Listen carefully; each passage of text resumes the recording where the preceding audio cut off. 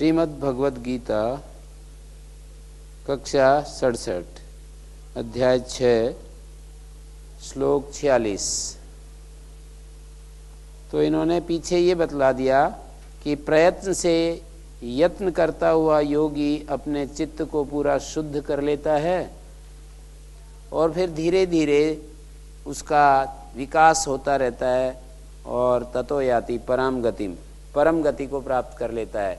परागति का अर्थ है जो अन्य उत्कृष्टतम, अन्यतम गति, उत्कृष्टतम गति, जिससे आगे और कहीं पहुंचना नहीं होता है, उस प्रकृष्ट गति को प्राप्त कर लेता है। परागति का क्या है? जो हमें अविनाशी रसमय जीवन की जो मांग है, रस स्वरूप जो जीवन की मांग है, अविनाशी जीवन की, कभी भी उसका नाश न हो, ऐसे जीवन की जो हमें मांग है, ज़रूरत है, सभी को ज़रूरत है कि हम ऐसा जीवन प्राप्त करें जो कभी भी नष्ट न हो, जो कभी भी हमारे हाथ से ना खिसके, ऐसे जीवन की हमें आवश्यकता है। तो वो जो जीवन है वो प्राप्त हो जाता है। परम गति का अर्थ है वो नित्य जीवन, अमर जीवन हमें प्राप्त हो जाता है। जो प्राचीन काल से जो अभिप्सा चली आ रही है ना, असतो मा सद्गमय तमसो मा, मैं असत से सत की तरफ, O lord lead me from false to truth, ऐसे बोलते हैं हम, from darkness to light, from immortal to immortal, ऐसे जो बोलते हैं कि हमें असत से सत की तरफ, हमें अंधेरे से प्रकाश की तरफ, और हमें विनाशी से अविनाशी की तरफ ले चलो। तो ये हमारी जो आंतरिक अभिप्सा है, जो हमारी नित्य अभिप्सा है, वो पूरी हो जाती है। धीरे धीरे चलते चलते अमर जीवन मिल जाता है, नित्य जीवन मिल जाता है, प्रकाशमय जीवन मिल जाता है। कभी भी अंधेरा हमारे चित्त में प्रकट नहीं होता, ऐसी स्थिति आ जाती है। कितनी अच्छी, ये सुनने में भी कितना अच्छा लगता है कि हम ऐसी स्थिति में जिए कि कभी भी हमें दुख ना महसूस हो, कभी भी हमारे को कष्ट ना हो, कभी भी क्लेश ना हो। अविद्या, अस्मिता, राग, द्वेष, अभिनिवेश, जो 5 क्लेश हैं, वो कभी भी हमको ना सताएं। ऐसी हमारी सबकी चाह है। तो ये शुरुआत तो करनी पड़ेगी कभी भी, चाहे हम अभी शुरुआत कर दें और चाहे कितने हजार साल बाद शुरू करें। शुरू करेंगे तो कठिनाई, स्टार्टिंग ट्रबल तो हमेशा रहेगी। जैसे हमारे जीवन की एक समस्या है कि भाई कोई भी मशीन जब शुरू करते हैं तो बड़ी, उसमें आपने देखा होगा कि सर्वारंभा ही दोषेण धूमे नग्नि रिवावृता। यहाँ पर भगवान गुरु ने आगे कहा 18वें अध्याय में कि सारे जो आरंभ हैं वो दोष से युक्त, सर्वारंभा ही दोषेण धूमे नग्नि रिवावृता। जैसे अग्नि जलाते हैं तो धुआं एक बार उठता ही है, और आपने देखा होगा गाड़ियां स्टार्ट करते हैं तो एक बार काफ़ी काला काला साइलेंसर में से निकलता है, और जब चल पड़ती है तो उसका पता भी नहीं चलता। तो ऐसे हमारे को, इसको बोलते हैं स्टार्टिंग ट्रबल। तो जैसे ही हम किसी जीवन को, नए जीवन की शुरुआत, जैसे अष्टाध्यायी पढ़ते हैं तो बड़ा जोर लगाना पड़ता है, महाभाष्य में प्रवेश करते हैं तो जोर लगाना पड़ता है, किसी दर्शन शास्त्र को समझते हैं तो बड़ा हमें उसमें से कष्ट में से गुजरना पड़ता है। आध्यात्मिक जीवन में भी यही बात है। और जैसे इस धरती के आकर्षण को पार करने के लिए विमान जब ऊपर जाते हैं तो जब तक इधर आकर्षण है तब तक कितना जोर लगाना पड़ता है, कितना ईंधन खर्च होता है, कितना उसको, कितना मुश्किल से पार करना होता है, और जब पार हो जाए तो सहजता से वो चलता रहता है। तो ये समझ सकते हैं हम। हाँ जी। मार्ग पर तो ऐसा लगता है गुरुजी की शुरुआत दिखती ही नहीं, हर रोज ऐसा ही लगता है कि अब फिर शुरुआत करनी पड़ेगी, अब फिर शुरुआत करनी पड़ेगी। यहाँ तो कभी दिखता ही नहीं हाँ कि तो, शुरुआत भी कभी की है। हाँ तो इसीलिए तो कष्ट है ना। उन्हें कहीं हमारी यात्रा हमारे को तय होती हुई नहीं दिखाई देती। इसको बोलते हैं स्थिर धावनम, स्टैंडिंग रनिंग। हमारा ऐसा चलता रहता है कि जैसे कदम ताल हो रहा है, हम पसीना में पसीना हो जाते हैं। हम तो अपनी तरफ से पूरा यात्रा तय नहीं होती और पसीने से भीग जाते हैं। तो वो इसी का नाम तो है कष्ट, और क्या कष्ट है। लेकिन प्रयत्न व्यर्थ नहीं जाता। ये एक महान पुरुषों ने आश्वासन दिया है हमारे को, और इसमें भी जगह जगह कल हमने देखा था कि आश्वासन हमारे को बार बार सैकड़ों प्रकार से हमें आश्वस्त किया गया है। श्रीमद् भगवत गीता को आप पढ़ेंगे तो आपको ऐसा लगेगा कि सैकड़ों प्रकार से हमारे को आश्वस्त किया गया है कि हम जो है इसके लिए उपयुक्त हैं, हमें ये सत्य मिल सकता है जो किसी भी महान आत्मा को मिला है। अविनाशी और अमर जीवन मिला है तभी तो उसकी चर्चा हो रही है। यदि किसी को भी आज तक ना मिला होता तो ये इतनी चर्चा नहीं होती। मिला है ये तो पक्का है। तो असंयत आत्मना योगो दुष्प्रापैति मे मति, संयता वश्यात्मना तु यतता शक्यो अवाप्तुम उपायत। वश्यात्मा के द्वारा यत्न करते हुए उपाय से वो प्राप्त कर लिया जाता है। शक्यो अवाप्तुम उपायत। असंयत आत्मा और वश्यात्मना, संयत आत्मा वाले के द्वारा ये योग मुश्किल है, कठिन है, असंभव है। तो इसलिए पहले अपने आप को संयत करना पड़ता है, और संयत करने का तरीका यही है कि या तो हम भगवान के हो जाएं, या फिर अपने हो जाएं, या दुनिया के हो जाएं। कोई एक तक कहीं से तो शुरुआत करनी पड़ेगी।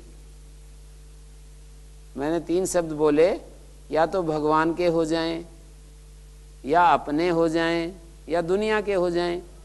दुनिया के होने के लिए हमें कर्तव्य विज्ञान को समझना पड़ता है, तो हम परागति को प्राप्त कर लेंगे धीरे धीरे। कर्तव्य विज्ञान ये कहता है कि हम संसार के लिए जीना शुरू करें, संसार की मदद करना शुरू करें, संसार की सहायता करें। और ये संसार की सबसे बड़ी सहायता है। आप ये कहोगे कि हमारे पास तो साधन ही नहीं है, संसार की सहायता कैसे करें। मानी मैंने ये कहा या तो संसार के हो जाएं, तो संसार के होने के लिए संसार की मदद करनी पड़ेगी। पर आप ये कहोगे कि हमारे पास इतने साधन ही नहीं है, हम संसार के होकर के हम क्या मदद कर सकते हैं। संसार इतना लंबा चौड़ा है, इतना विशाल है, इतने लोग हैं, इतने पशु पक्षी, मनुष्य प्राणी, दूसरे जीव जंतु हैं, और ये महान जो नेचर है, कुदरत है, हम क्या कर सकते हैं। हम तो भार ही ढोते हैं। हमें कुदरत से कितनी मदद लेनी पड़ती है। हम एक क्षण भी यदि ये ऑक्सीजन की व्यवस्था ना हो तो जिंदे ना रहें। ये पेड़ पौधे हमारे को कितना जीवन दे रहे हैं। सूर्य का प्रकाश यदि हमें ना मिले तो कैसे जीवित रहें। वायु न देवता हमारी मदद ना करे, जल देवता, चंद्रमा देवता, पृथ्वी देवता, ये सारे देवता मिलकर के हमारी कितनी मदद कर रहे हैं। और कितने जाने अनजाने मनुष्य और दूसरे पशु पक्षी भी हमारी मदद कर रहे हैं।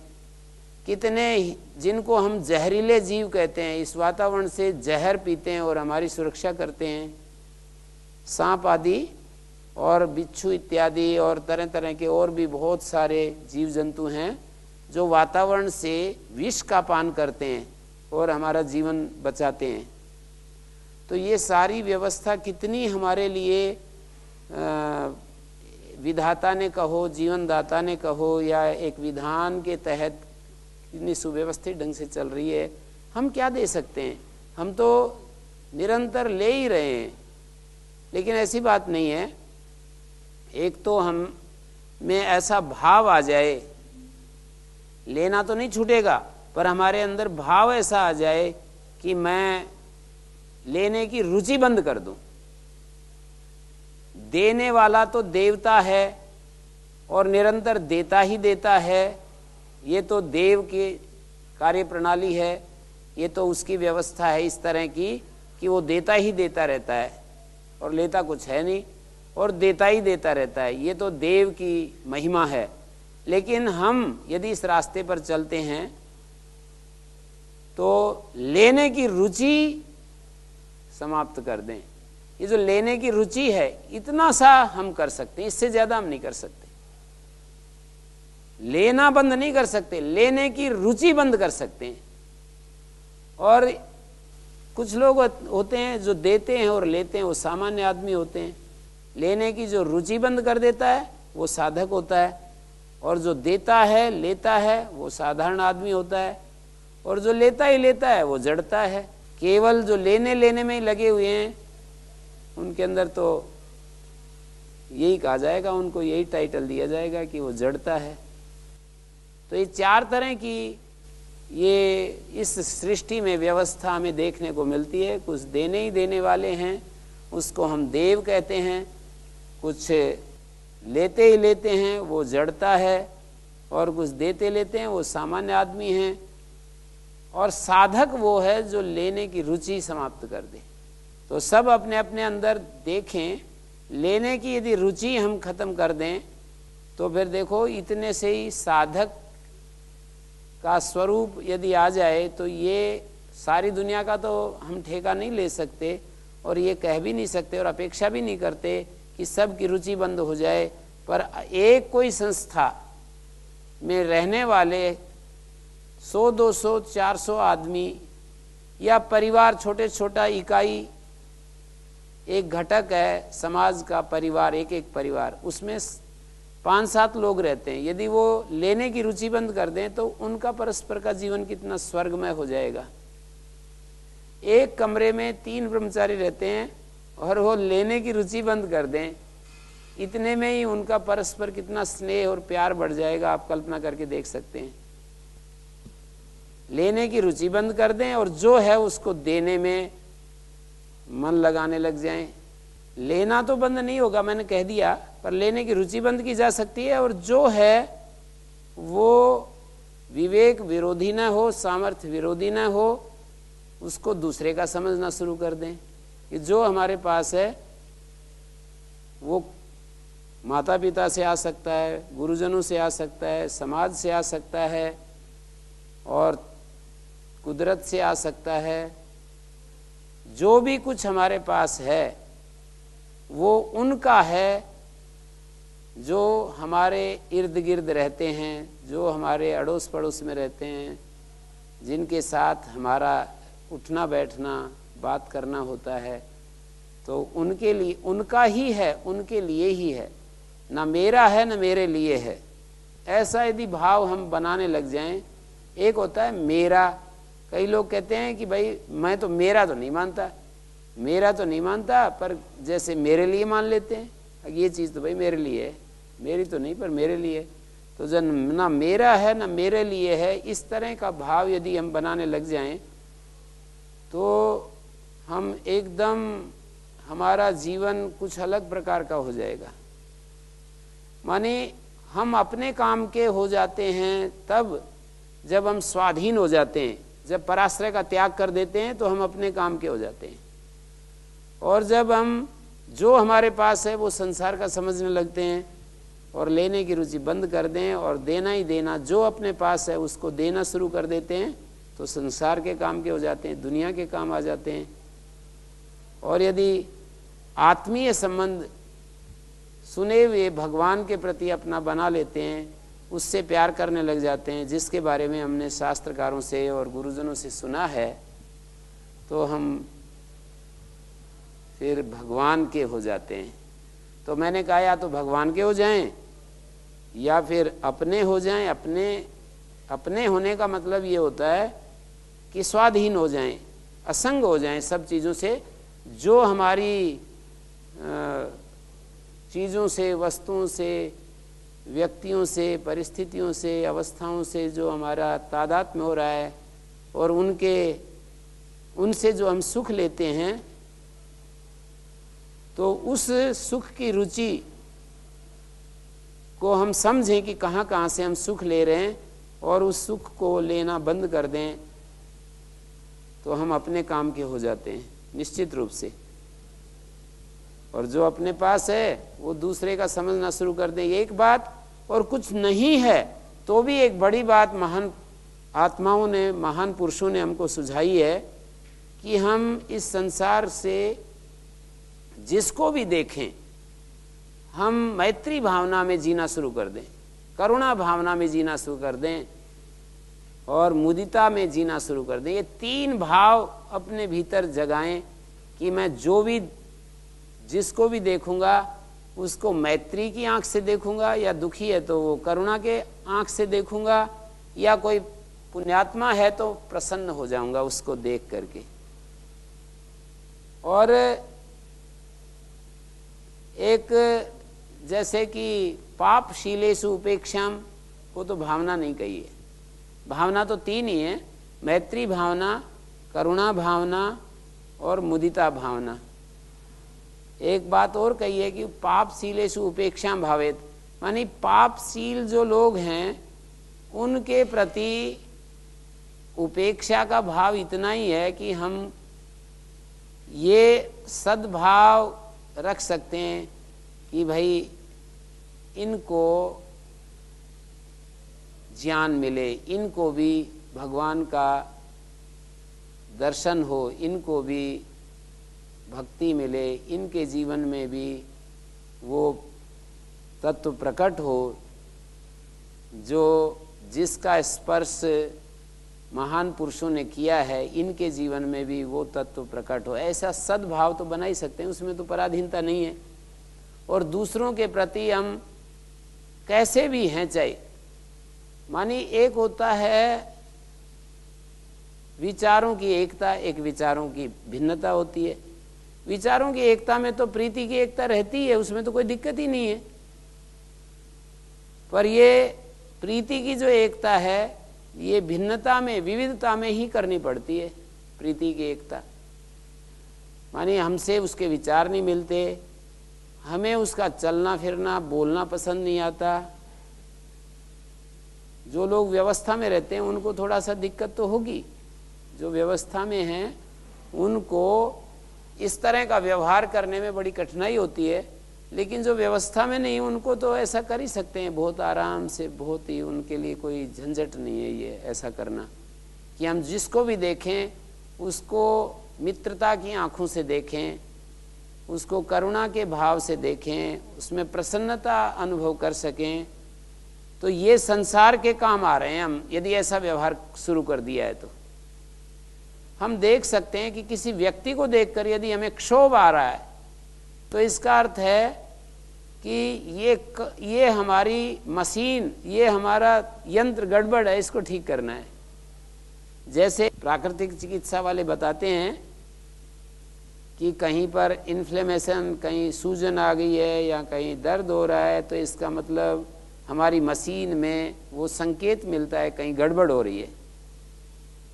प्राकृतिक चिकित्सा का एक नियम है कि वो हमको समझाते रहते हैं कि जुखाम हो गई तो इसको रोग मत समझो, कहीं कुछ गड़बड़ हो गई है, बस थोड़ा विकार जो हैं इकट्ठे हो गए हैं, वो संकेत हैं कि विकार इकट्ठे हो गए, कहीं दर्द हो रहा है।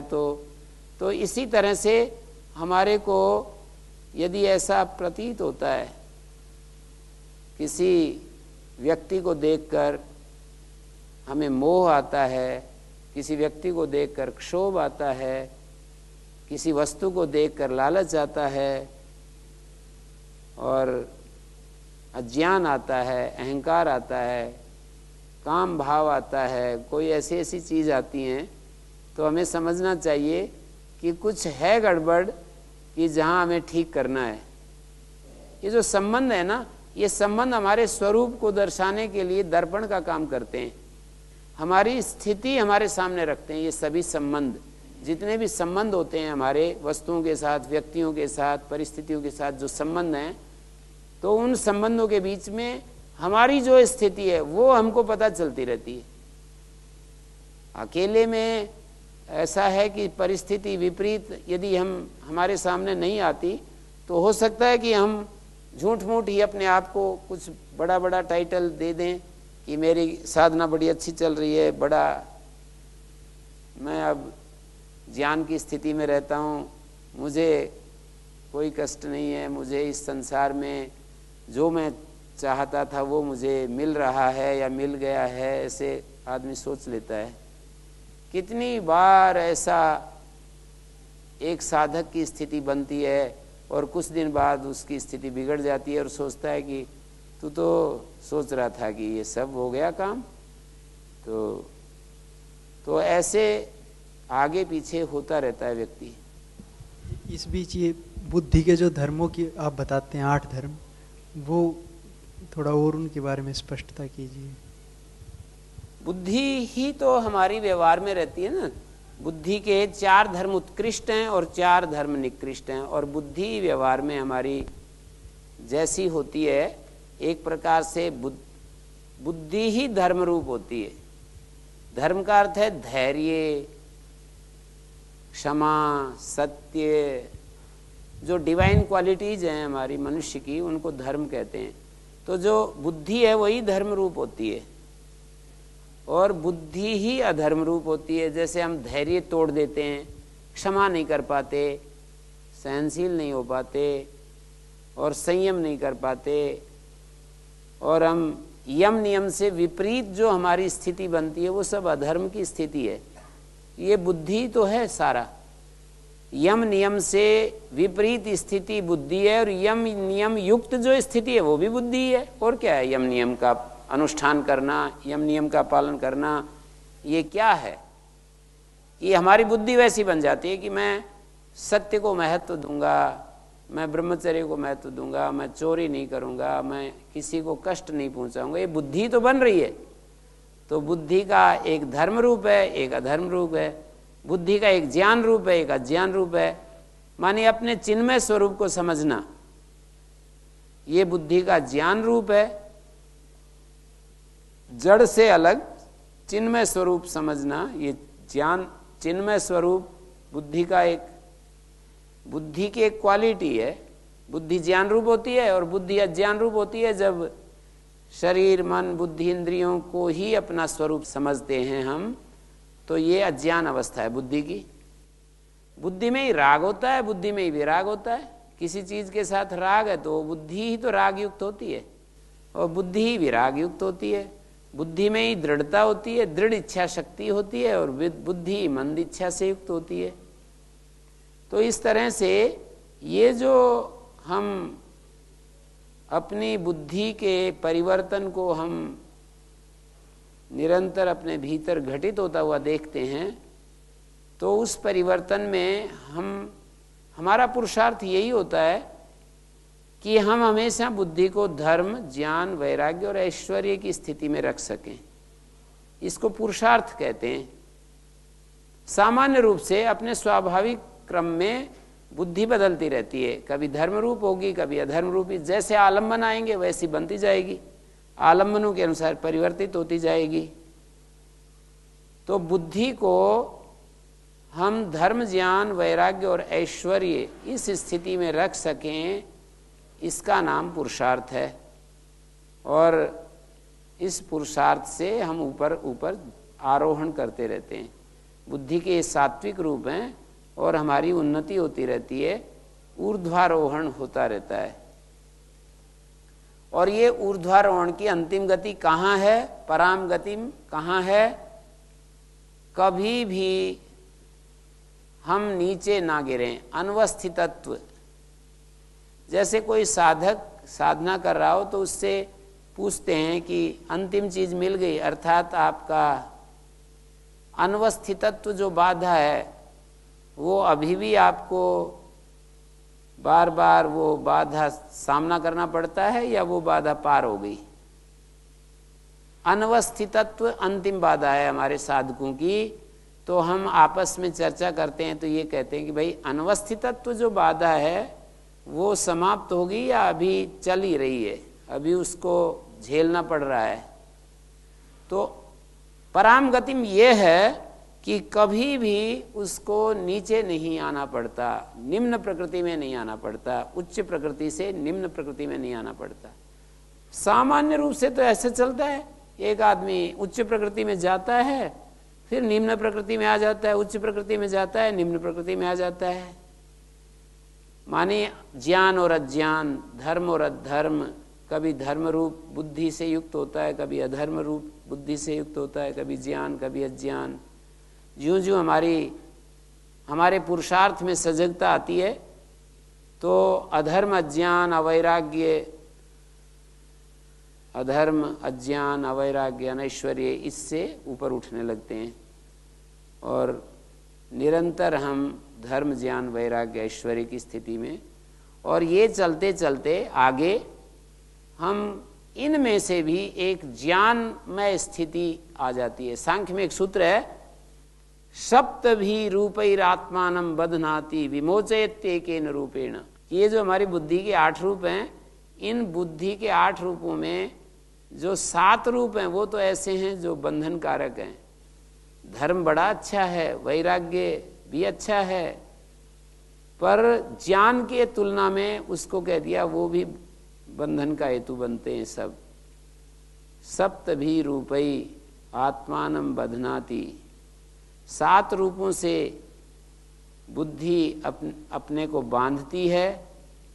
विमोचयते केन रूपेण, और एक रूप के द्वारा छुड़ा देती है। माने एक रूप क्या है वो? ज्ञान रूप। ज्ञान के द्वारा ज्ञानान मुक्ति। और ज्ञान की सिद्धि कैसे होती है? ज्ञान की सिद्धि कैसे होती है उसके उपाय भी सांख्य में बतलाया है कि तत्वाभ्यासात नेति नेति इति विवेक सिद्धि। तत्वाभ्यासात नेति नेति, तत्वाभ्यास करते करते, नेति नेति करते करते, इस नेति नेति ज्ञानात विवेक सिद्धि। तत्वाभ्यास पूर्वक नेति नेति करते कि ये मेरा स्वरूप नहीं है, ये मेरा स्वरूप नहीं है, ये मेरा स्वरूप नहीं है, माने नास्मि नैमे नाहम, ये तत्वाभ्यास का स्वरूप है कि जिनको मैं मेरा मेरा कहता हूं वो मैं नहीं हूं। सांख्य कारिका में, एक कारिका में बताया, नास्मि नैमे नाहम, कि जिसको मैं मेरा मेरा कहता हूं वो मैं नहीं हूं, जिसको मैं कहता हूं वो भी मैं नहीं है। मेरा कहते हैं ना, जैसे ये मेरा घर है तो मैं नहीं है वो, मेरी गाड़ी मैं नहीं है, मेरा मोबाइल, मेरा खेत है, मेरा मकान है, वो मैं नहीं है। और जिसको मैं कहता है, अपने स्वरूप को बताने के लिए, अपना परिचय देने के लिए आदमी मैं कहता है ना, वो भी मैं नहीं है।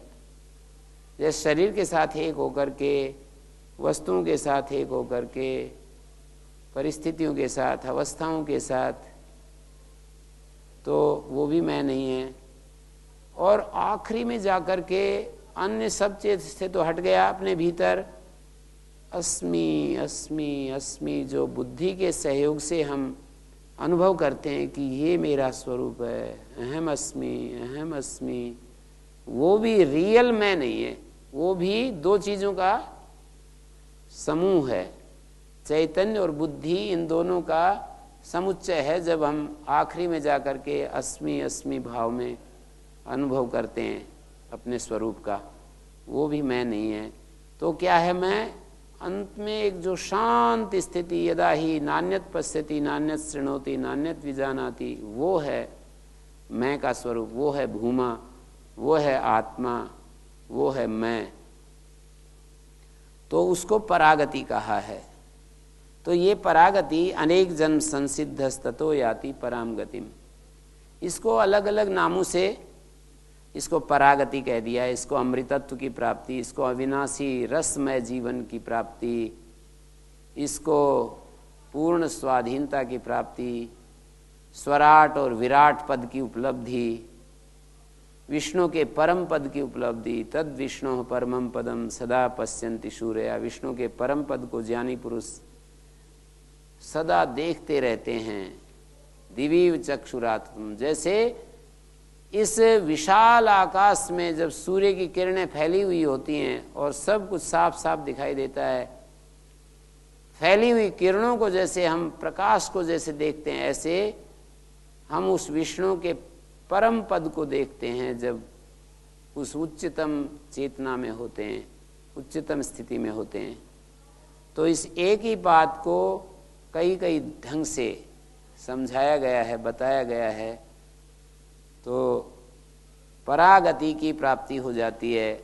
उसके साधन मैत्री आदि बल ये भी साधन है, अभ्यास और वैराग्य ये साधन है, तप स्वाध्याय ईश्वर प्रणिधानानि ये साधन है, दृष्टा दृश्य का जो विवेक है ये साधन है कि ये दृष्टा है, ये दृश्य है।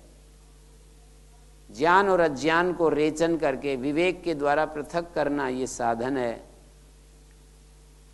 और हे हेतु हान और हानोपाय इसका विचार करना साधन है। अष्टांग योग साधन है, यम नियम का अनुष्ठान साधन है। और इस मार्ग की जो बाधाएं हैं उनको ध्यान कर, उनको देखना ये भी साधन है।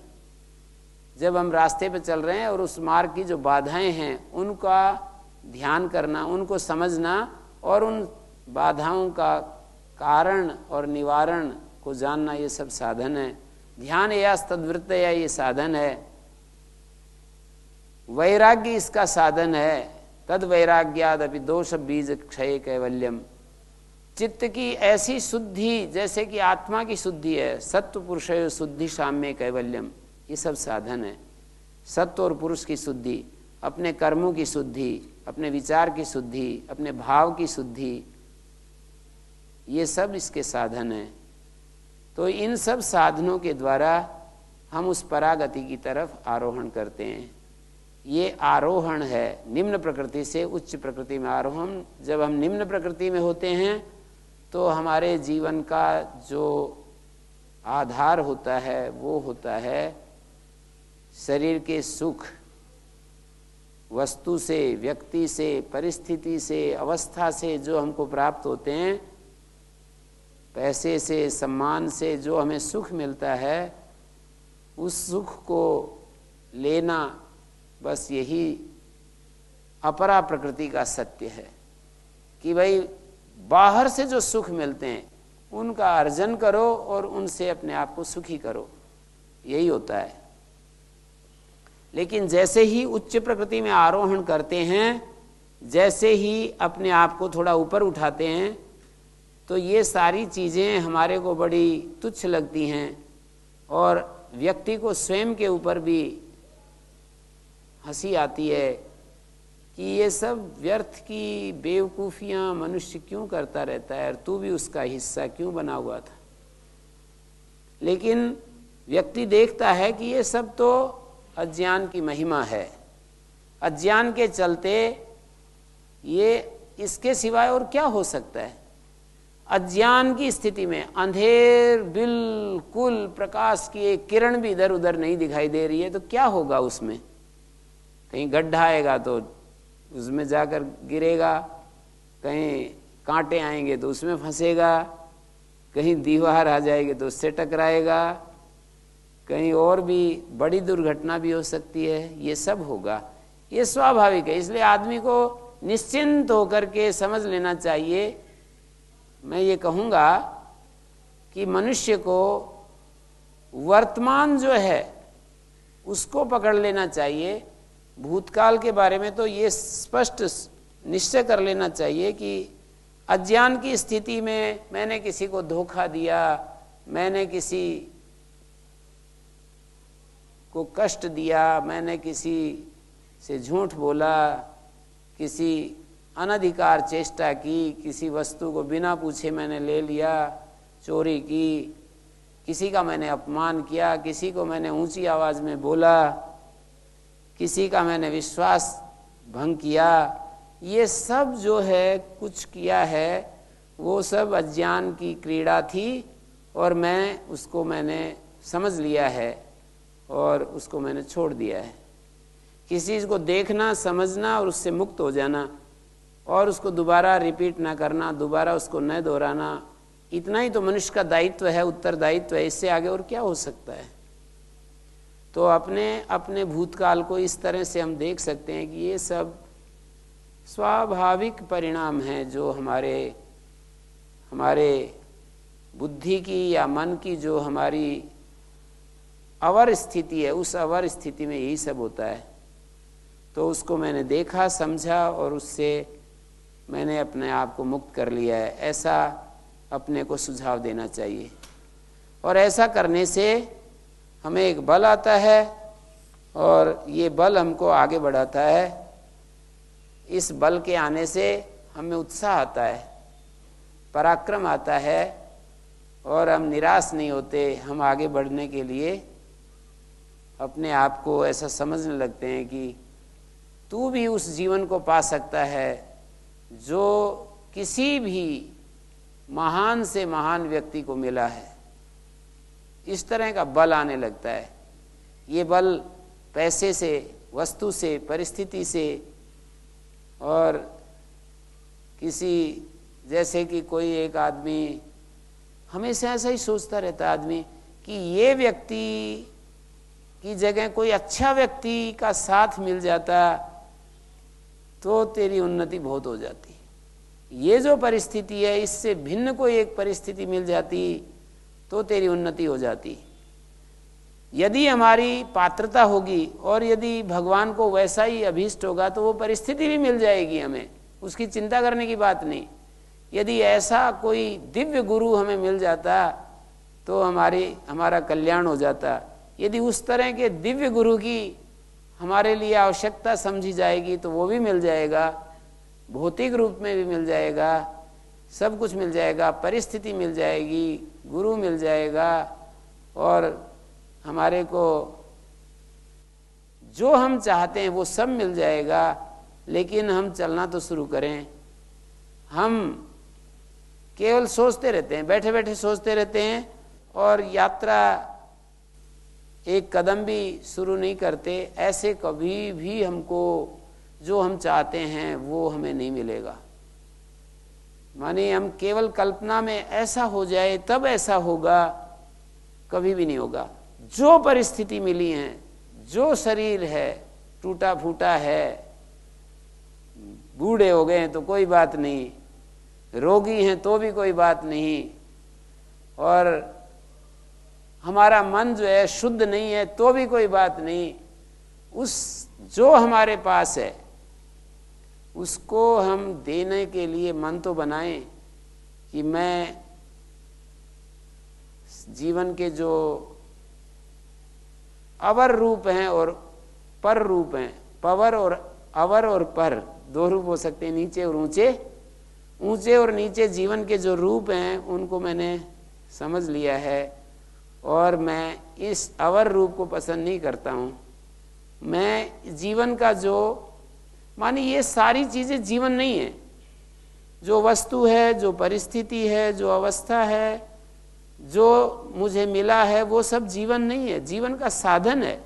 तो जो मिला है वो मेरे प्रारब्ध के अनुसार और मेरे जिस लायक मैं था वो मुझे मिल गया है और अब उसका मुझे सदुपयोग करना है। उसका दुरुपयोग नहीं करना, उसका सदुपयोग करना है। मुझे जो समझ मिली है उसका अनादर नहीं करना, उसका आदर करना है। विवेक का अनादर बहुत बड़ा विवेक है। जो विवेक थोड़ा बहुत हमारे पास होता है उसका तो आदर नहीं करते और अन्य अच्छे विवेक की कल्पना करते रहते हैं कि उच्चतम विवेक मिले तब मेरी बात बनेगी। जो है उसका आदर करना नहीं सीखते, जो बल है उसका आदर नहीं करते और महान बल की कल्पना करते हैं।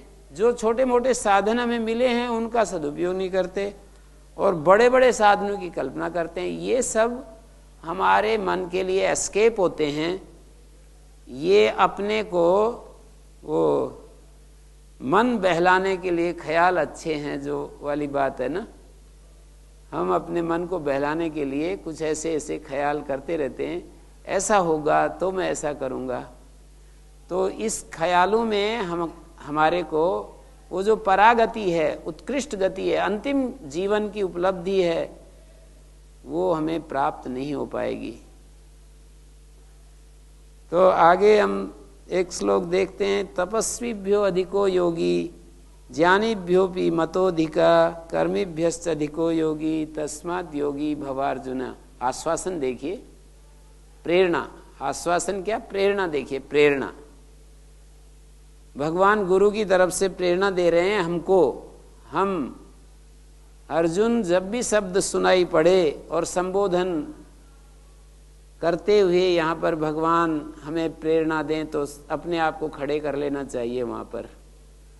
तो कहते हैं हे अर्जुन, मानी अपना अपना नाम लेकर के और समझ लेना चाहिए कि ये कह रहे हैं कि हे अर्जुन तपस्वीभ्यो अधिको योगी। योगी जो होता है वो तपश्चर्या में जो लगे हुए लोग होते हैं ना, बाह्य तपश्चर्या में, उनसे बड़ा होता है, अधिक होता है उनसे। ज्ञानीभ्योपि मतोधिका, जो शास्त्र के अर्थ का जानने वाले होते हैं, शास्त्र के पांडित्य से ओतप्रोत होते हैं ना, उनसे योगी अधिक होता है।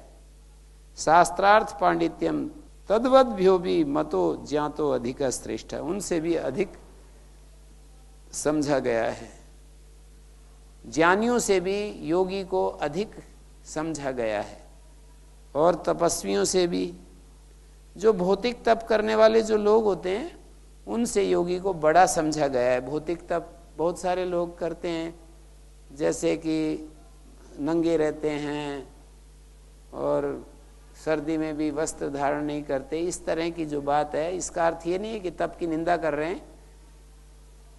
किसी व्यक्ति को उस तरह की प्रेरणा है तो अच्छी बात है कि वो अपरिग्रह में रहता है, कम से कम साधनों का उपयोग करता है, और वो अपने, जिससे कि उसका शरीर भी अस्वस्थ नहीं होता और वो अपने जीवन की आवश्यकताओं को कम से कम किए हुए है, अच्छी बात है। लेकिन कोई उसी को जीवन मान ले कि बस यही सब कुछ है, तो उस भ्रम को तोड़ रहे हैं कि नहीं, तपस्वीभ्यो अधिको, तपस्वियों से भी अधिक श्रेष्ठ माना गया है योगी को। ज्ञानियों से भी, माने शास्त्र के पंडितों से भी योगियों को श्रेष्ठ माना गया है, योगी को श्रेष्ठ माना गया है। और कर्मीभ्यश्च अधिको योगी, और जो सकाम कर्म करने वाले बड़े बड़े, इन्होंने जिस समय की ये लिखी हुई पुस्तक है उसके अनुसार अग्निहोत्र आदि बड़े बड़े कर्म कांड किए जाते थे, और वे उनकी तुलना में बता रहे हैं कि उन कर्मियों से भी योगी अधिक होता है, श्रेष्ठ होता है। या सकाम कर्म करने वाले बहुत बड़े बड़े संसार के लोकोपकार के कार्य करने वाले प्रधानमंत्री बन करके भी, जो प्रधानमंत्री का उदाहरण इसलिए दिया जाता है कि वो इतना बड़ा शक्तिशाली पद है कि वहाँ से वो करोड़ों करोड़ों लोगों को एक निर्णय में कितना बड़ा सुख पहुंचाता है। एक सही निर्णय में करोड़ों करोड़ों लोगों को सुख पहुंचा देता है, एक गलत निर्णय में करोड़ों करोड़ों लोगों को दुख पहुंचा देता है। उसको मैं नहीं कहूँगा, पर मैं कहूँगा कि करोड़ों लोगों को सुख पहुंचाने वाला जो प्रधानमंत्री का पद है, उसके अंदर भी यदि सकाम भावना के साथ वो सुख पहुंचा रहा है, सकाम भावना के साथ, यदि कोई जनक विदेह की तरह राजा बन करके प्रजा को सुखी कर रहा है, उसकी बात नहीं है, वो तो फिर योगी ही हो गया, वो तो योगी ही हो गया। पर ये उनके लिए बात कही कि जो करोड़ों लोगों को सुख पहुंचाता है पर सकाम भावना के साथ पहुंचा रहा है कि सुख पहुंचाएगा तो वोट अच्छे मिलेंगे, फिर दोबारा राजा बनेगा, इस तरह से जिसकी नियति है, इस तरह से जो सोचता है, तो कहते हैं कर्मीभ्यश्च अधिको योगी, ऐसे कर्मियों से भी योगी श्रेष्ठ है, अधिक माना गया है। तस्माद् योगी भवार्जुन, 3 पदों को सामने रख करके और कह दिया कि इसलिए हे अर्जुन तुम योगी बनने का संकल्प धारण करो, तुम ऐसा अपने मन में ये भाव जगाओ कि मुझे योगी बनना है। ये इसको जगह जगह इन्होंने ये कहा है कि संकल्प से मुक्त होकर के जियो। तो इस भाषा में योगी बनो, और फिर कोई अर्जुन कहता है ठीक है मैं योगी बनता हूँ, तो ये उसका संकल्प की बात नहीं, ये तो अपने उसकी मांग का अनुभव करना है, उसकी जो आंतरिक आवश्यकता है उसको वो महसूस कर रहा है कि ठीक है, मैं योगमय जीवन को स्वीकार करता हूँ, मुझे योग जीवन से इधर उधर विचलित नहीं होना है, योगमय जीवन को मैं अपने आप को इस पथ पर चलने के लिए तैयार करता हूँ। तस्माद् योगी भवार्जुना, तो हे अर्जुन तुम योगी हो जाओ। और फिर इस अंतिम श्लोक में जैसे मैं बोलता रहता हूँ कि हरेक अध्याय के प्रारंभ में या हरेक अध्याय के अंत में बहुत ही उत्कृष्टतम संदेश हमको देते हैं भगवान गुरु।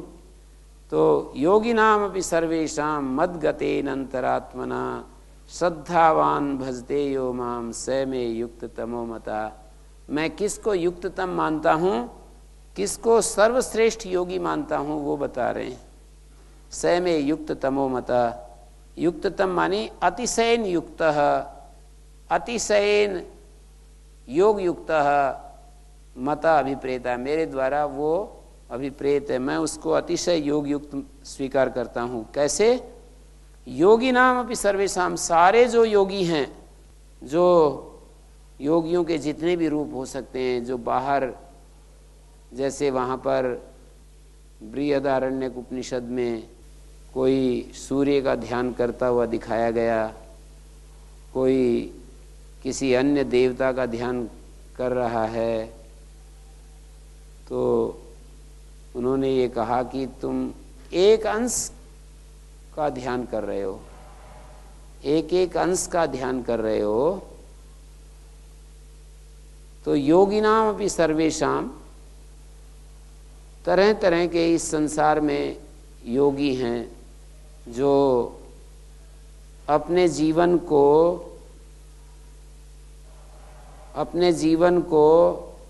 ध्यान की स्थिति में रख रहे हैं, कोई किसी अन्य स्थिति में रख रहा है। यहाँ पर शंकराचार्य ने दिया है रुद्र आदित्य आदि ध्यान पराणाम योगिनाम मध्य।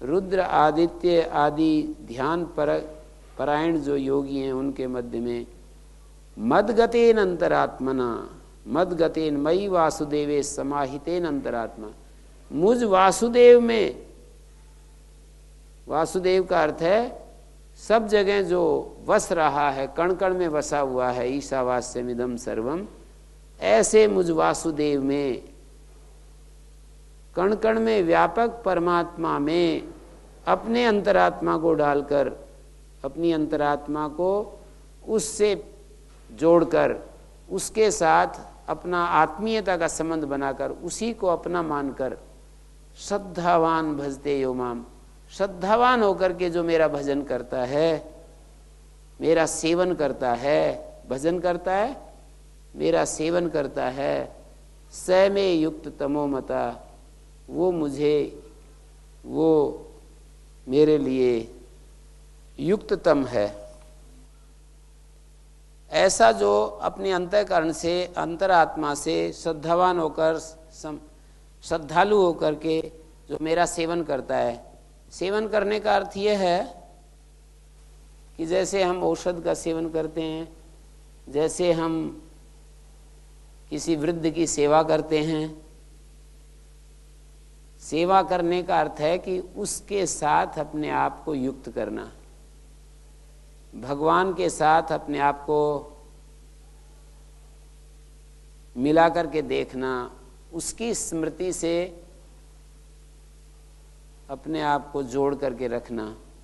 जैसे ऐसे होता है कि हम लोग जो सांसारिक चीज़ें जो हमें पसंद होती हैं उनकी स्मृति में रहते हैं।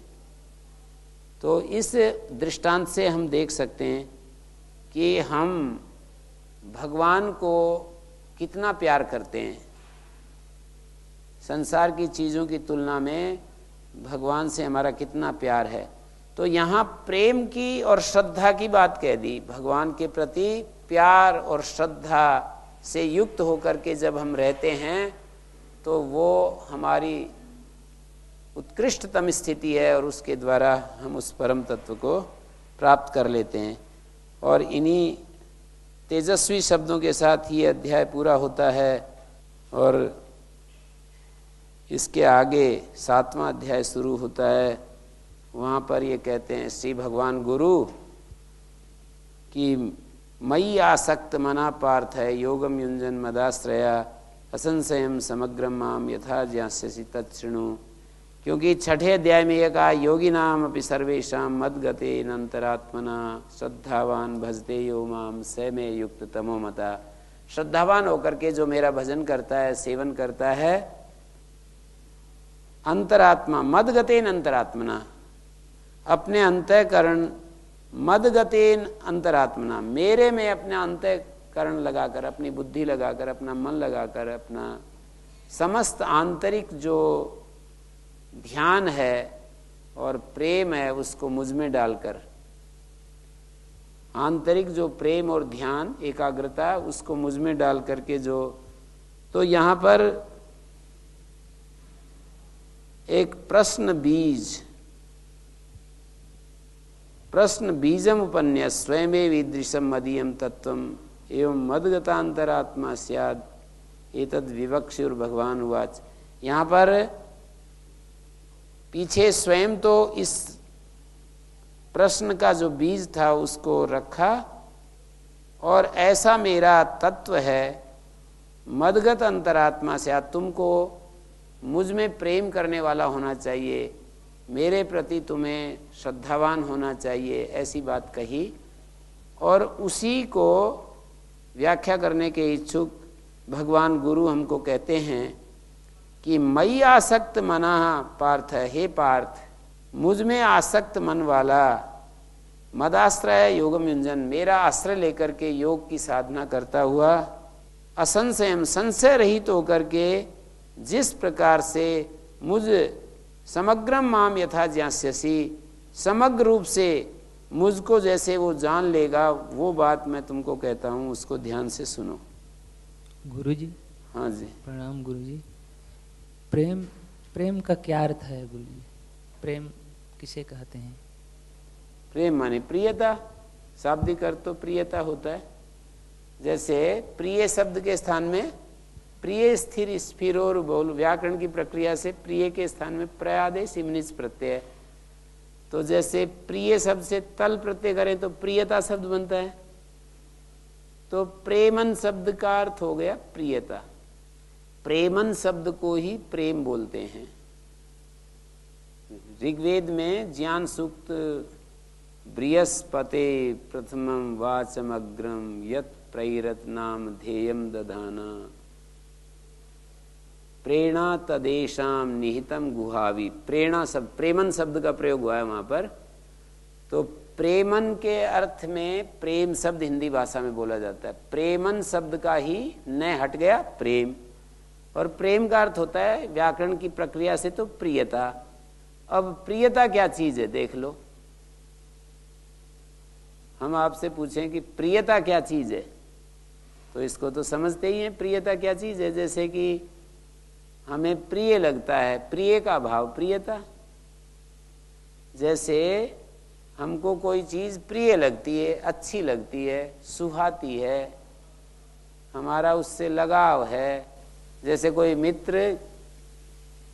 मित्र किसी दूसरे मित्र को पसंद करता है तो उसको प्रियता कहेंगे कि इसकी इसमें प्रियता है, इसका इसमें प्रेम है।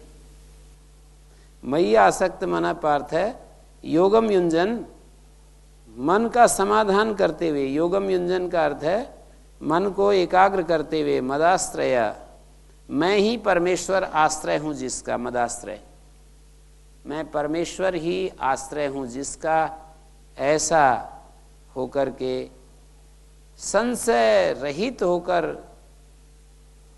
समग्र मुझको, समग्रम माम, मेरे समग्र रूप को जैसे वो जान लेगा वो मैं आपको कहता हूं।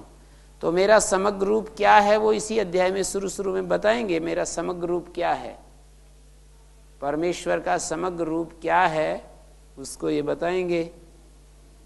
मुझ में अपना मन लगा करके, आसक्त का अर्थ पॉजिटिव अर्थ भी होता है और नेगेटिव भी होता है। यहां तो जब भगवान के संदर्भ में आसक्त शब्द डाला है तो ये तो पॉजिटिव अर्थ ही है। मई आसक्त मन पार्थ, हे पार्थ मुझ में आसक्त है मन जिसका, ये नेगेटिव अर्थ नहीं है, मुझ में लगा हुआ है मन जिसका, इस अर्थ में आसक्त शब्द का प्रयोग है। मेरे अंदर जिसने अपना मन लगाया हुआ है या लगा हुआ है, ऐसा व्यक्ति मन को एकाग्र करता हुआ, मेरा आश्रय लिया हुआ, मुझको ही अपना सहारा समझने वाला, जिस तरह से मेरे समग्र रूप को वो जान लेगा, वो मैं तुम्हें बताता हूँ। यो ही कश्चित पुरुषार्थेन केनचिद अर्थी भवति स तत् साधनम कर्म अग्निहोत्रादि तपोदानम किंचिद आश्रयम प्रतिपद्यते। ऐसा कहते हैं कि किसी चीज का इच्छुक होता है तो उसका वो साधन करता है। जैसे किसी को स्वर्ग की इच्छा हो तो अग्निहोत्र आदि साधन करता है, राज्य की इच्छा होता है तो वो, आपको पता है जैसे वहाँ पर कोई राजनीति में आता है तो आजकल की शैली में पोस्टर लगाते हैं और कुछ लोगों में, जैसे किसी को चुनाव लड़ना होता है तो कुछ अच्छे अच्छे काम करवाते हैं, कुछ पैसा लुटाते हैं, कुछ बड़े बड़े काम करते हैं, वहाँ जा कर के कहीं स्कूल बना देते हैं, कहीं कुछ और चीज़ बांटते हैं, उनको प्रभावित करते हैं। तो जैसे राजनीति में आगे बढ़ने के लिए उस तरह की शैली से चलते हैं, तो इसी तरह से भगवान को प्राप्त करने के लिए वो भी कुछ न कुछ से हमें साधन करना ही होता है। तो वो कौन सा साधन है? बोले सब सहारे त्याग करके एक मेरे को ही जिसने अपना सहारा बनाया है। वहाँ तो कुछ अलग अलग साधन बनाते हैं, जैसे बल को प्राप्त करने के लिए व्यक्ति व्यायाम करता है, अच्छा भोजन करता है, सोता है, खाता है, व्यायाम करता है, तो बल के क्षेत्र में उसको बल प्राप्त हो जाता है। विद्या प्राप्त करने के लिए विद्या का कुछ साधन अपनाता है कि वो गुरुजनों की डांट फटकार सुनता है और उनका अनुशासन मानता है। तो ऐसे ही इस अध्यात्म के रास्ते पर कौन सा साधन है? तो उन्होंने बता दिया मदाश्रया, मेरा आश्रय लिया हुआ, अन्य किसी साधना दूसरे साधनांतर को त्याग करके और मुझ में ही जिसने अपना मन लगा लिया कि भाई मेरा तो यहीं से उद्धार होगा, मुझे अब और कुछ करने की जरूरत नहीं है, ऐसा व्यक्ति समग्रम माम विभूति बल शक्ति ऐश्वर्य आदि गुण संपन्नम माम, एक तो भगवान का चिन्मय रूप है और एक उसका विभूति से युक्त, बल से युक्त, शक्ति से युक्त, ऐश्वर्य से युक्त, गुणों से युक्त जो उसका भगवान का रूप है, उस रूप को जैसे वो जान लेगा, संशय रहित होकर के जान लेगा, उसको मेरे द्वारा हे पार्थ सुनो। तो कल इसकी चर्चा आगे बढ़ाते हैं।